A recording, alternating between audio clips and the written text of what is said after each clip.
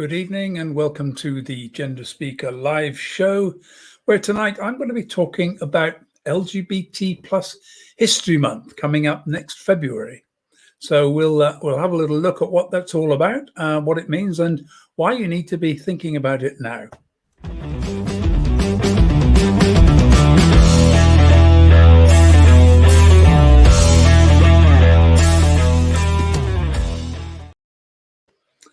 Hi, and welcome to tonight's show on LGBT history. And tonight I want to talk about LGBT History Month because it's coming up in February, and that seems a long way away. We haven't even got through Christmas yet.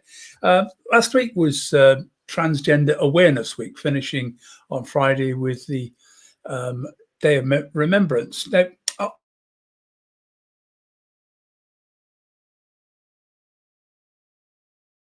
Transgender Day of Remembrance has been on for quite a while now for 21 years. But I keep forgetting about Transgender Awareness Week. And it's one of those things that sort of creeps up when summer's finished, thinking about it and suddenly thinking, oh my God, we're into November. It's time to do it. February is even worse. What happens is that it starts in the beginning of February. But we tend to think, oh, it's coming up it's not until February. We'll get Christmas out of the way and sort something out in January. And of course, by the time you get back and you've got yourself sorted out, you're into the second week of January and you're thinking, oh God, it's only 2 weeks away. And it tends to be too late to start organizing things. To get a good LGBT History Month going, you need to be thinking about it and planning about it now. And get it sorted out so everything's in place before you go into Christmas, and then you can just finalize everything. Because we have like a 2-3 week period where we virtually just stop working. It doesn't tend to work. And this year we've got to think differently because, okay, I know God only knows what is going to happen in terms of lockdown over December. Everybody's arguing backwards and forwards, but there is just, I live in Hull at the moment. I'm just hoping that everybody sees sense and says, right, let's just stay at home for Christmas and have a virtual Christmas with our families. But let me talk about LGBT History Month. I'm going to just, I'm first of all going to start with a little video. Sue Sanders started LGBT History Month back in 2005. Now, it started largely because it was the response to the repeal, looking for a word then, the repeal of Section 28. Now, I did a show about Section 28 a couple of weeks ago.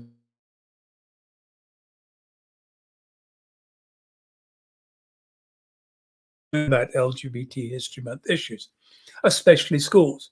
So when it was repealed in 2003, it was very clear that a lot of people didn't really want it repealed, and we're just going to let it slide. In fact, there was no big announcement. There was no big hurrah. Okay, the LGBT community was very positive about it, but elsewhere it was not even talked about. It was like, oh well, it's done. It's just passed. It's fine. It's out of the way. And I think part of the thinking behind LGBT History Month was to really start, particularly with schools, making a positive effort, positive action to make up for all that lost time from 1988 right the way through till 2003, to start beginning to educate children, because that's where the homophobia and the transphobia and the harassment starts, in school, bullying in school. If it's not stopped and dealt with there, by the time people get into the So let me just first of all introduce you to Sue Sanders, and we'll have a quick little listen to Sue talking about her philosophy and some of the thinking behind LGBT History Month. So let's have... There is a thought that to know your history as an LGBT person isn't important. I wish we had that luxury. I'm Sue Sanders. I'm the chair of Schools Out UK, and we passionately believe that it is crucial to educate out prejudice. Not to know where we came from, and not to learn how we have fought and got the rights that we now enjoy, is very dangerous. We need to form our own families, and we need to know who's gone before. And it's really quite amazing to discover some of the wonderful LGBT people who've been back in the past doing amazing things. On the Classroom website, we've got over 80 lesson plans across the curriculum and for all ages. What we work to do is to make lesbian and gay, bisexual, trans people in all their diversity visible, safe and proud.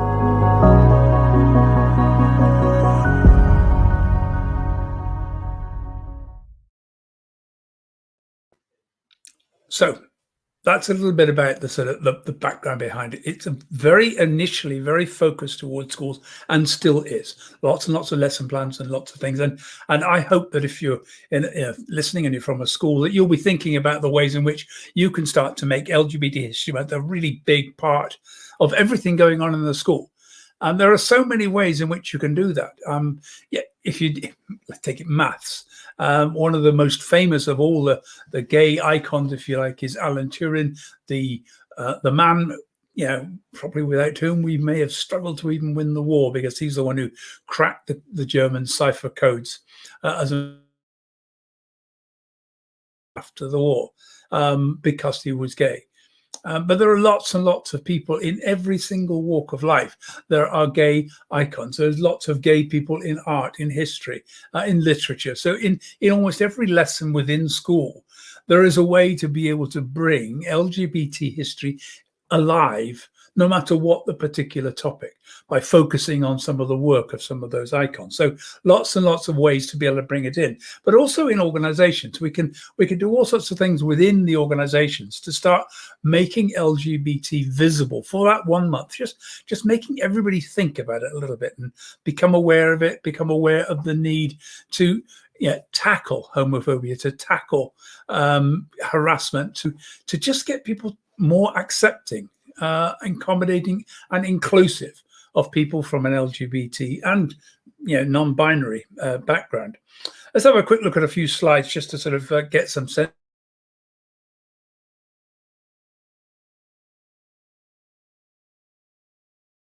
for the 2021 LGBT History Month. And what's been happening for the past 5 or 6 years is each month, every year, there is a theme. And this year, the theme is body, mind, and spirit. So it's going to be interesting to start looking at, within that theme of body, mind, and spirit, what can we do to help promote and lift up LGBT? And there are a number of icons who've been picked up. I've not got them here on this, but I'll pick them up as we go towards February. I'm going to be mentioning this quite regularly in my LGBT history shows, so I'm not going to cover everything here today. But here's the basic sense of it. It's 2001, all of February. You've got the badges, which you're seeing here, and I'll bring another one up in a minute. Here we go. This is the site LGBT plus. Not allowed to use a plus sign in a name, so it's LGBT plus historymonth.co.uk. These logos, download the banners, download various different posters about people like Maya Angelou, who is one of the focused celebrities, icons, if you like, for the month. But you don't have to stick to the theme. You don't have to stick to the focus. It's all about LGBT history. So you might look at the way in which it fits within your own organization. This is one of the things I do strongly recommend. If you go to the site and go to the Schools Out site, there is this fabulous poster which you can then put up around the organization in various different places. And it just helps people to see a little bit about some of the people. Alan Turing there that I mentioned. Now, the magic of the latest versions of PowerPoint, we can actually scroll through, and you can see as we roll down lots and lots of very Peter Tatchell there, who I've met, Christine Burns, who helped to set up the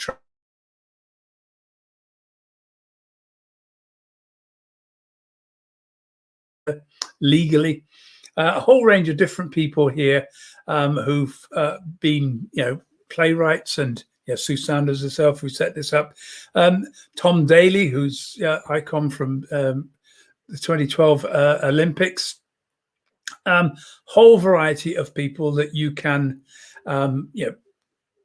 pick up on. And if there are people within your own organization, people in your school, people that you particularly like, if you're into art, David Hockney, playwrights like, and names escape me completely at the moment now, but Oscar Wilde, sorry. So maybe you can perform an Oscar Wilde play within the month, or pick up on some other gay related thing. Film nights, film discussion nights. There are so many things that can be organized and can be done. So we'll stop sharing that for a moment and come back to me. So think about the sorts of things that you can do. Few events that you could host during the month. So that might be, if you've got an employee resource group, some extra funding to help the employee resource group to put on events, to put on hire a speaker. Now I've already got, I think, 4 or 5 events booked in my diary for speaking events, and they're almost all going to be on Zoom. Speaking at schools, I'm speaking in organizations, I'm speaking in the United States, I'm doing some stuff in Switzerland. So there's all sorts of different places. Now, for most of that, I'm not going to leave my dining room. I'm going to be here working across the world, delivering. Now, as you know, I do a monthly little show like this every month, just talking about LGBT history and some feature of it. I'm a big fan of LGBT history. I love it. And I can put something together that's specifically organized towards your organization, or I've got a sort of more general one.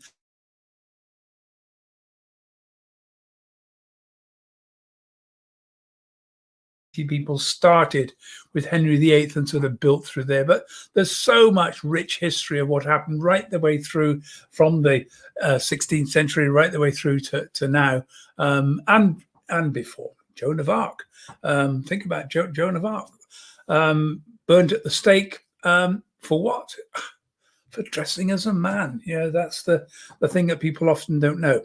The important thing is that if you're going to do anything proper for LGBT History Month, I really strongly recommend start planning now. Start getting your speakers booked up. If you're going to have an event, book your speakers up, because already we're getting lots of inquiries in, and I'm certainly getting lots of inquiries in for things to do in LGBT History Month. I'm going to be promoting that.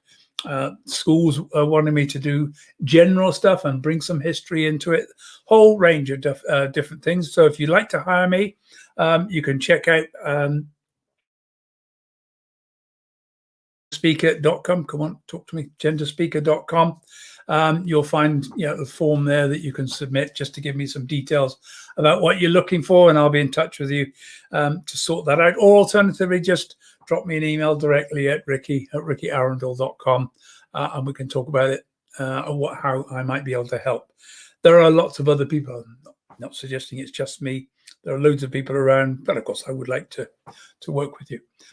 LGBT History Month is a great opportunity to really raise the level of inclusiveness within an organization, within a school, anywhere, just to get LGBT issues more accepted, more understood.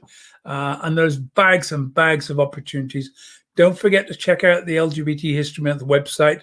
I did say that you can find huge amount of material on that site, and I thought I'd listed it here. LGBT plus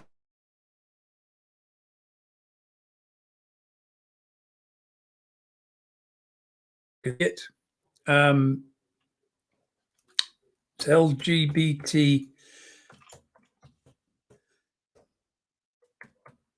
LGBT History Plus month.co.uk. There we go. So give that a try. LGBT History Plus month. No, I think I've got that completely wrong. Forget it. It's LGBT Plus History Month. LGBT Plus History Month, and you'll find it there. Just check it out. Just search on the internet, and you'll find that without too much problem. So there we go. That's it. I should be back on Wednesday with either a chat with somebody from the LGBT community, or chatting about gender issues generally, or just a chat full transgender and non-binary inclusion workshop on the 17th of November. I'm scheduling one up for December, just trying to get that fitted in. And I should be back again on Wednesday at 4 p.m. So please join me then. and I look forward to seeing you then. That's it for today. Hope you have a good evening. Don't forget, start planning for LGBT History Month now, and you can always make sure you have a really, really good show. So there we go. That's it for now, and I look forward to seeing you on Wednesday. Take care.